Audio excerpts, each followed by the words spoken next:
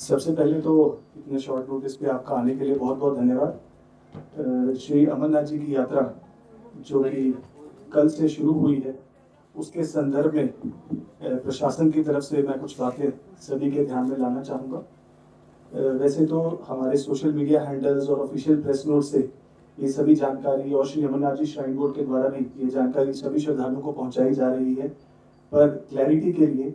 ये ज़रूरी है कि हम सभी तक कुछ तथ्य सामने लाएं ताकि श्रद्धालु उसी हिसाब से अपनी यात्रा को प्लान करें। यात्रा जैसा कि हम सभी जानते हैं, कल 3 जुलाई से सुचारू रूप से दोनों ट्रैक्स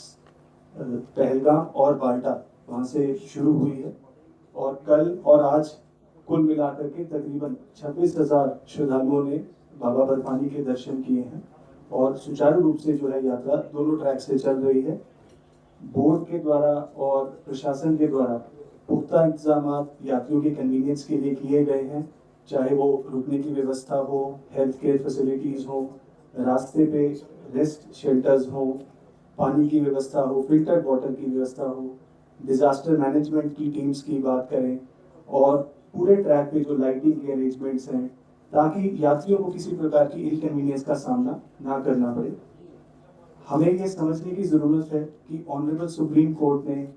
श्री अमरनाथ जी यात्रा की एक कैरिंग कैपेसिटी, एक सीलिंग फिक्स की है,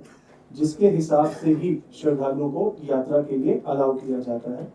और इसके लिए ऑनलाइन पंजीकरण की जो सुविधा है वो 15 अप्रैल से शुरू की गई थी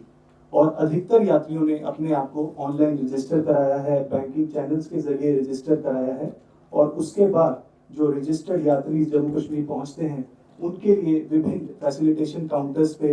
EKYC और RFID कलेक्ट करने की सुविधा भी दी गई है, क्योंकि RFID कार्ड मैंडेटरी है इस यात्रा को करने के लिए। लेकिन हमने पिछले कुछ दिनों से देखा है कि बहुत से ऐसे विजिटर्स और बहुत से ऐसे श्रद्धालु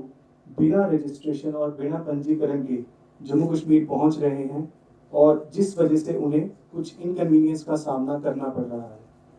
उन्हीं के ध्यान के लिए ये कहना और बताना ज़रूरी है कि सिर्फ जो पंजीकृत यात्री हैं, जो रजिस्टर्ड पिलग्रिम्स हैं, उन्हीं को ही RFID कार्ड की सुविधा और यात्रा की सुविधा उपलब्ध होगी, क्योंकि तत्काल का कोटा बहुत लिमिटेड रहता है और वो उस पर निर्भर करता है कि कितने पंजीकृत यात्री यात्रा के लिए नहीं आते हैं, तो उसी हिसाब से ही कुछ लिमिटेड लोगों को तत्काल के कोटे के जरिए यात्रा की सुविधा उपलब्ध रहती है। तो आज मैं आप सभी की तरफ से, आप सभी की मीडियम से ये यात्रियों को बताना चाहूँगा कि जो भी यात्री बिना पंजीकरण के कश्मीर पहुँचे हैं उन्हें कुछ दिन इंतज़ार, कुछ दिन वेट करने की ज़रूरत है, क्योंकि अभी उन्हें RFID कार्ड की सुविधा या यात्रा करने की सुविधा उपलब्ध नहीं कराई जा सकती है, क्योंकि जो पहले से रजिस्टर्ड पिलग्रिम्स हैं सिर्फ उन्हीं को यात्रा की जो सुविधा है वो उपलब्ध की जा रही है। उसके अलावा बहुत सारे ऐसे श्रद्धालु हैं जिनकी जो रजिस्ट्रेशन डेट है वो आगे के कुछ दिनों की है, आज के या आने वाले 2-3 दिनों की नहीं है। मान लीजिए किसी ने 15, 20 या 25 जुलाई का किसी की रजिस्ट्रेशन डेट है, तो वो भी एडवांस में यहाँ पर पहुँच चुके हैं और उम्मीद कर रहे हैं कि हमें जल्द से जल्द यात्रा कराई जाए। उनके लिए भी हमारा यही संदेश रहेगा कि यात्री केवल अपनी रजिस्टर्ड डेट पर ही यात्रा करें, ये हमारा सभी से अनुरोध है, ताकि किसी प्रकार की किसी को इनकन्वीनियंस ना हो। और उसके अलावा जो फ्यूचर में, भविष्य में भी यात्री यात्रा करना चाहते हैं वो पहले अपना ऑनलाइन पंजीकरण जरूर करवाएं और उसके बाद ही वो RFID कार्ड हासिल कर सकेंगे और आगे से आगे यात्रा कर सकेंगे। इसके अलावा जितने भी लोग पहुंच रहे हैं और जो बोर्ड की तरफ से जितनी भी व्यवस्थाएं हैं, इंफॉर्मेशन है, वो उनको पहुंचाई जा रही है। कहीं कई जगह पर हमारी बोर्डिंग और लॉजिंग फैसिलिटीज भी अवेलेबल कराई जा रही है यात्रियों के लिए, ताकि उनको किसी प्रकार की इनकन्वीनियंस ना हो।